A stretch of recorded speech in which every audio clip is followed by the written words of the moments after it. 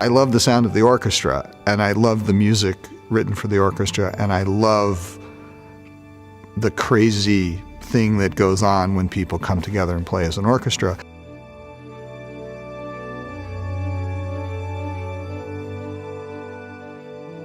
I remember it vividly. It was a overhead backhand shot.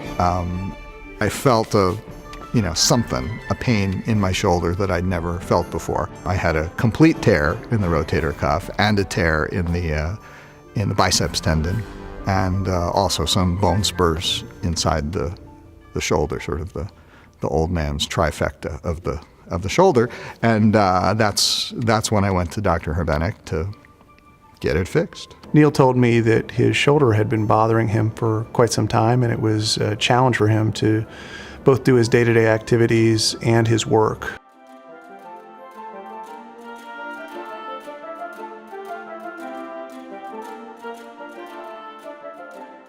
There were gestures, if I reached this way towards the cellos, some nights it would be, don't do that again, or don't go that far. But, I was still working, and it would be sore afterwards, and I would ice it and stuff like that. There were definitely things that I couldn't do with the same abandon and sort of naturalness. I was sort of, in the back of my mind, I was thinking, is this going to hurt when I do this? I think there's always a baseline amount of concern that somebody has about their livelihood, and we try and be sensitive to that and ask about what their livelihood is. And of course I knew Mr. Gittleman and what he did, and so that certainly played a role in our decision as to how we might treat him, what we might do. And we have a conversation based on that with the patient, and certainly we discuss that. I always had complete confidence in what he was telling me, because he sort of projects that sort of calm, focused, this is what it is, this is how you fix it.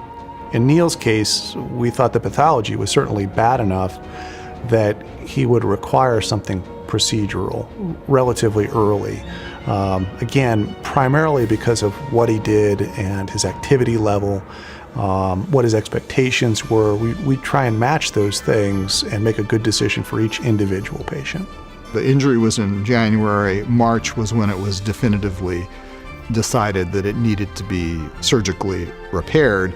And that, we were looking at basically a 3-month recovery period. So the trick at that point then was to get to the end of the season, which ended in basically at the beginning of June. So what do I have to do to get to the end of June so that I can, have the summer off and then hopefully be back in September for when the season begins.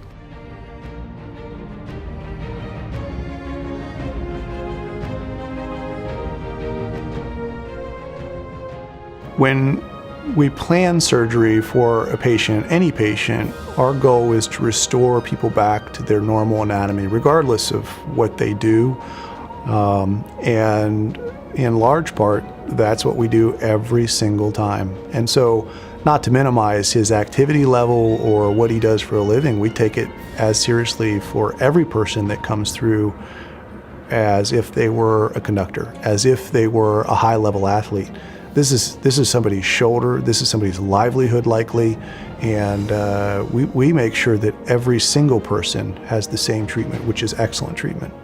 The interesting thing was lots of people who I spoke to when they heard, I'm going to have rotator cuff surgery, and they all said, it's going to hurt. That's bad, and the rehab, I really didn't have any pain to speak of at all.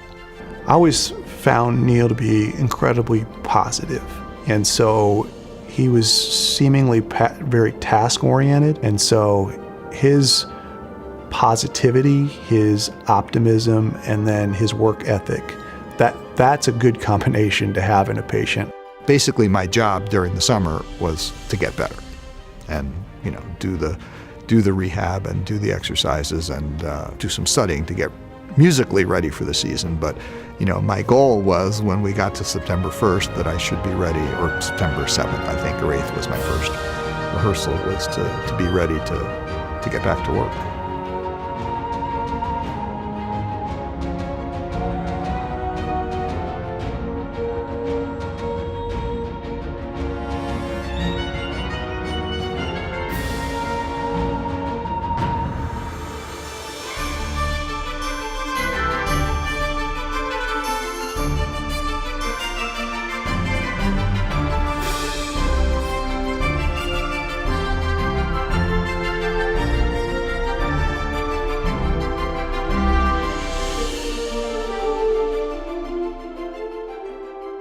everyone at Premier Health was great to me. The surgery went wonderfully.